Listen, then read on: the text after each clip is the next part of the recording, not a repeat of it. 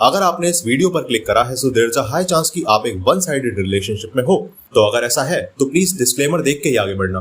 पढ़ाई में ध्यान दे, तेरी उम्र के बच्चे कहां से कहां पहुंच गए। Hey, you guys probably don't know me, so I'm Gorshak और आज मैं बात करना चाहूंगा वन साइडेड रिलेशनशिप्स की, यानी उन लोगों की जो अपने दिमाग के अंदर प्रेम की बड़ी ही खूबसूरत कहानियां बना के बैठे हैं, लेकिन उनकी सपनों की रानी / राजकुमार को इसके बारे में मालूम भी नहीं है। तो वो इंसान जो किसी की तरफ बहुत अट्रैक्टेड है, उसे पसंद करता है, उसके साथ सीरियस होना चाहता है, मगर सामने वाली पार्टी को इसके बारे में कह नहीं पा रहा फॉर व्हाटसोएवर रीजंस। बेसिकली वो इंसान जो अपनी क्रश से लॉयल होकर बैठा है। तो क्या होता है ना कि एक तरफा आशिक की कहीं इज्जत नहीं होती, और होगी भी क्यों। दिल टूटे आशिकों की तो फिर भी कुछ जगह इज्जत होती है, मगर एक तरफा वालों को पूरा समाज गाली बकता है। सोसाइटी जब कोई दिल टूटा आशिक अपनी अधूरी प्रेम कहानी सुनाए, भाई ये बड़ी दुख भरी कहानी है तेरी, भगवान कसम आंसू टपकवा दिए तूने तो मेरे। सोसाइटी जब कोई एक तरफा आशिक अपनी कहानी सुनाए, हरामखोर, बड़ी जवानी चढ़ी है तेरे अंदर, देश के नाम पर सब है तू। अरे हाँ, औरत का दर्जा देवी के समान होता है, पूजा जाता है उसे। मगर क्यों इनकी इज्जत नहीं होती। एक तो ये लोग हमेशा फिल्मी बातें करते रहेंगे और दर्द भरे पोस्ट डालेंगे। अब क्योंकि ये ऑब्वियस सी बात है ना कि भाई तुम किसी को पसंद करते हो, तो इसमें हम क्या करें। एट मैक्स कुछ लोग आके बोल देंगे कि भाई लगा रहे, गिव अप मत कर, क्या पता वो तुझे कभी मिल जाए। और ज्यादातर लोग बोलेंगे अबे चल अपनी उम्र देख, कर ले कुछ काम, कर ले कुछ पढ़ ले यार। ब्रो 1.5 साल बाद मुझे किसी बंदी पे क्रश आया। इसलिए इन लोगों का पीओवी सुनने में कोई इंटरेस्टेड भी नहीं होता। इससे एक स्कूल का किस्सा याद आया। तो हम लोग 11th में थे और 12th वालों की फेयरवेल हो रही थी। तो वही 11th वालों को छोटे मोटे काम दे देते हैं अरेंज करने के लिए। एंड शायद सब जगह 12th वालों के लिए कंपटीशन टाइप का होता है, मिस्टर एंड मिसेस फेयरवेल। तो 12th वाले सब लोग आ रहे हैं, कोई गाना सुना रहा है, कोई डांस कर रहा है, कोई मिमिक्री कर रहा है। तो एक बंदा आया कविता सुनाने। तो जब वो स्टेज पे आया तो किसी को नहीं पता वो क्या बोलने वाला है, लेकिन एटीट्यूड ऐसा था बंदे का जैसे वही चीफ गेस्ट हो और उसे स्पीच देने बुला लिया। 4-5 मिनट तक तो पहले उसने अपने लेखन का परिचय दिया कि मेरी कविताएं दिल से होते हुए सीधा कलम से उतरती हैं और मैं कलम से अपने दिल के अल्फाज लिख देता हूँ। मैं समझ गया कि इसे कुछ नहीं आता है। मैं अपने दोस्तों से कह रहा हूँ ताली बजाओ भाई, जयशंकर प्रसाद पढ़ रहे थे हमारे स्कूल में। 5 मिनट हो गए, किसी को ये नहीं पता कि ये किस बारे में बोलने आया है। फिर वो अपनी कविता शुरू करने से जस्ट पहले एक लाइन ऐसी बोला जिसे सुन के सबको झटका लग गया। 3 सेकंड तो सबको प्रोसेस करने में लगे कि ये क्या बोल दिया इसने। आप खुद सोचो, पूरी 11th क्लास, पूरी 12th क्लास और स्कूल के सारे टीचर्स बैठे हुए हैं और ये भला आदमी स्टेज पे चढ़ के बोलता है। सबसे पहले तो मुझे ये बताओ कि आप में से एक तरफा आशिक कितने हैं?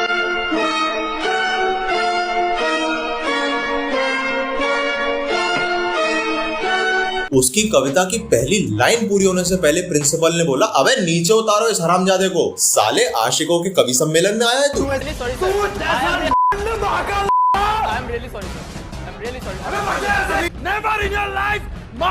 गलती तो नजर मत आइयो आज के बाद। तो उसकी कविता थी क्या, ये बात भी एक तरफा ही रह गई। अबे तुम स्कूल में पोडियम पे खड़े होके अपनी और तुम्हारी दूसरे सेक्शन वाली क्रश की एक तरफा प्रेम कहानी सुनाओगे तो तालियां तो नहीं बजवाएंगे ना तुम्हारे लिए। और कहा जाता है इसी इंसिडेंट के बाद एक तरफा आशिकों की इज्जत नहीं होती। खैर देखो, वैसे तो वन साइडेड रिलेशनशिप में लड़कियां भी डेफिनेटली होती हैं, पर इसमें लड़के ज्यादा ऊटपटांग हरकतें करते हैं, तो इसलिए अभी हम उन्हीं का पर्सपेक्टिव लेके चलेंगे। तो पर्सनली मैं खुद तो कभी ऐसे वन साइडेड चक्करों में पड़ा नहीं, तो मुझे एक्सपीरियंस नहीं है, लेकिन मैंने देखा बहुत लोगों को है और बहुत ही अलग अलग किस्म के लोगों को, जिनमें से कुछ को देख के लगता है कि यार ये शरीफ बंदा है, इसको एक्चुअली में लव और केयर की समझ है। तो ऐसे जेन्युइन बंदों को देख के कभी कभी बुरा लगता है कि यार इसका सीन तो बनना चाहिए। और कुछ इतने नामाकूल नवाब होते हैं कि जिन्हें देख के मन कहता है कि इनकी तो हवालात में ले जाके कम से कम 2 दिन तुड़ाई होनी चाहिए। तो मेरे हिसाब से 3 तरह के वन साइडेड लवर्स होते हैं और हर एक का अपना एक अलग थॉट प्रोसेस है। मतलब ये वो है कि उनकी क्रश से उनके 3 तरह के रिश्ते हो सकते हैं। पहला है स्टॉकर, दूसरा ऑकवर्ड एक्विंटेंस और तीसरा है बेस्ट फ्रेंड। सबसे पहले आते हैं स्टॉकर्स, मतलब वो लोग जिनकी क्रश उन्हें पहचानती भी नहीं, पर ये उसकी जन्म कुंडली से लेकर परिवार के राशन कार्ड तक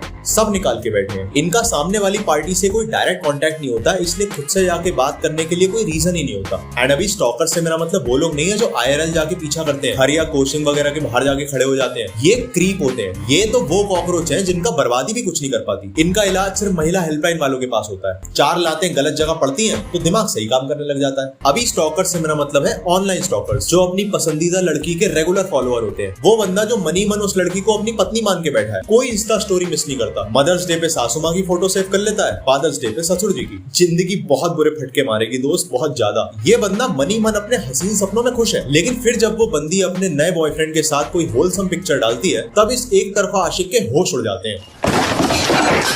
दिल में झटका लगता है और दिमाग में दौरा पड़ता है और इन्हें सदमा ऐसे लगता है जैसे वो बंदी इन्हें धोखा देके किसी और की होना चाहती है।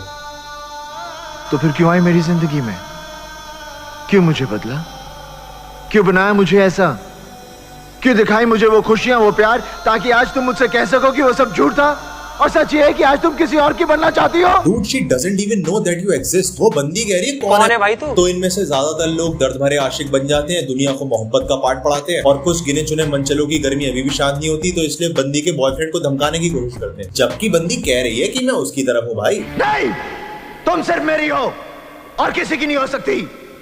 हम दोनों के बीच अगर कोई आया तो समझो वो मर गया। खैर ये कर कुछ नहीं पाते। जो आदमी सिगरेट उधार पे पीता हो वो किसी का क्या बिगाड़ेगा? और ये एक तरफा को तुम दो तरफा मान के कैसे बैठे हो? अबे वो लड़की तुम्हारे नाम का मंगलसूत्र और तुम्हारी माँ के कंगन लेके बैठी है क्या? तो 99% स्टॉकर्स कभी बात ही नहीं कर पाते, तो उनकी प्रेम कहानी ऐसे ही समाप्त हो जाती है। फिर आते हैं नंबर 2, ऑकवर्ड एक्वेंटेंसेस या दूर के दोस्त। मतलब कि जैसे मान लो आप किसी को पसंद करते हो और आप लोग एक कॉमन जगह पर हो, जैसे कि स्कूल, कॉलेज, वर्क प्लेस, जहाँ पे सामने वाली पार्टी को आपके बारे में पता है या आपके कोई म्यूचुअल फ्रेंड्स है, आपका थोड़ा बहुत इंटरेक्शन हुआ है लेकिन ढंग से एक दूसरे को नहीं जानते हो। तो इनका केस मुझे सबसे जेन्युइन लगता है। तो इनका समझ में आता है कि एक ऑकवर्डनेस है बीच में, इसलिए ठीक से बात नहीं हो पाती। और इनमें ये बात अच्छी होती है कि ये लोग बंदी से चेप नहीं होते। स्टॉकर की अगर बात शुरू हो जाए तो वो चेप हो जाता है। तो इस तरह के केसेस में you should take your time, ज्यादा जल्दबाजी करनी भी नहीं चाहिए। पहले कंफर्म करो कि सामने वाली पार्टी तुम्हारे लिए एक्चुअली सही है भी या नहीं, और अगर है तो धीरे धीरे उसको यकीन दिलाओ कि तुम उसके लिए सही हो कि नहीं, क्योंकि फ्यूचर में हमारी अंडरस्टैंडिंग बैठती है कि नहीं। मैं इस तरह के बहुत लोगों को जानता हूँ जिनमें से कुछ तो नॉर्मली बिहेव करते हैं और बाकियों ने जिंदगी में सिंपिंग के अलावा कुछ नहीं सीखा, और इतिहास गवाह है कि आखिर में सिंप के हाथ में कुछ नहीं लगता। यहाँ सिर्फ एक मजनू रहता है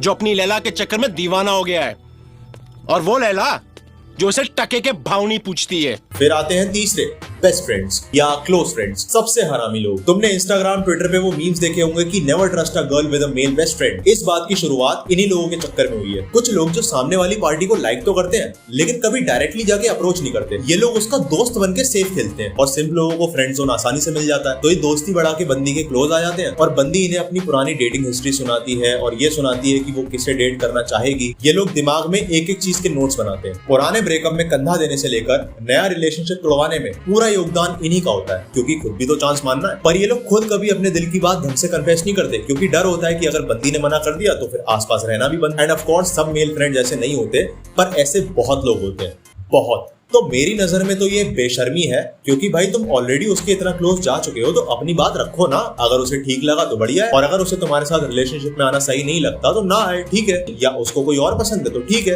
जैसी उसकी मर्जी और जैसी मेरी किस्मत, क्या पता फ्यूचर में उससे भी बेटर कोई मिल जाए। बात खत्म, गुड बाय, जय हिंद। और अगर तुम्हें दोस्त ही रहना है तो एक डिस्टेंस बना के ढंग से रह लो। लेकिन ये क्या बात हुई कि तुम्हें अंदर ही अंदर मालूम है कि वो तुम्हारे साथ तो नहीं आएगी, तो चलो तब तक क्लोज फ्रेंड बन के ही रह लेते हैं। कभी तो मौका आएगा, अगर जब उसका ब्रेकअप होगा या वो कभी और किसी मेंटली वल्नरेबल स्टेट में है, तब क्या पता चांस आ जाए। अबे तुम्हारी कोई सेल्फ रिस्पेक्ट नहीं है क्या? ऐसी मेरा एक खास दोस्त है, उसका भी ब्रेकअप हुआ था, तो उसकी बंदी जो थी उसका कोई 1 साल पुराना बेस्ट फ्रेंड था। तो इनके ब्रेकअप के कुछ ही टाइम बाद उसने अपना मौका देख के कन्फेस कर दिया, या कह लो प्रपोज कर दिया। मतलब उस बंदे ने पूरे 1 साल अपने चांस का वेट करा और तब तक के लिए वो उसका खास दोस्त बन के साथ घूमता रहा। What a fucking loser. तो ऐसे कभी मत बनना, अपनी सेल्फ एस्टीम इतनी नीचे गिरा लोगे तो पूरी दुनिया बेइज्जत करके जाएगी। तो वन साइडेड रिलेशनशिप की कोई मान्यता नहीं है, वो तो बस इन लोगों ने ऐसी टर्म बना दी है। लेकिन कुछ लोग इस एक तरफा प्यार में भी बहुत ज्यादा सीरियस हो जाते हैं, जिससे उनकी प्रोफेशनल लाइफ पे काफी बुरा इंपैक्ट पड़ता है। तो यार मैं समझ सकता हूँ, कई रीजंस हो सकते हैं। मे बी सोशल स्किल्स की कमी, जिससे आप सामने वाले से ठीक से बात नहीं कर पा रहे हो, इंट्रोवर्ट हो, या सेल्फ कॉन्फिडेंस कम है। तो यार फिर घूम फिर के वही बात है ना कि इतनी सारी सेल्फ हेल्प बुक्स हैं, उनमें से कोई भी बुक उठा के देख लो, उन सब में एक बात तो कॉमन मिलेगी ही, किसी के भी पीछे भागने से बेटर है अपनी पर्सनालिटी को डेवलप करते जाओ।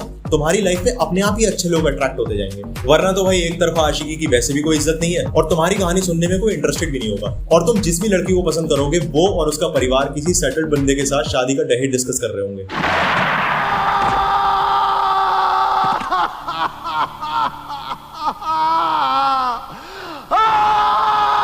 और इसी के साथ मैं चलता हूं। Thank you, peace, I am out.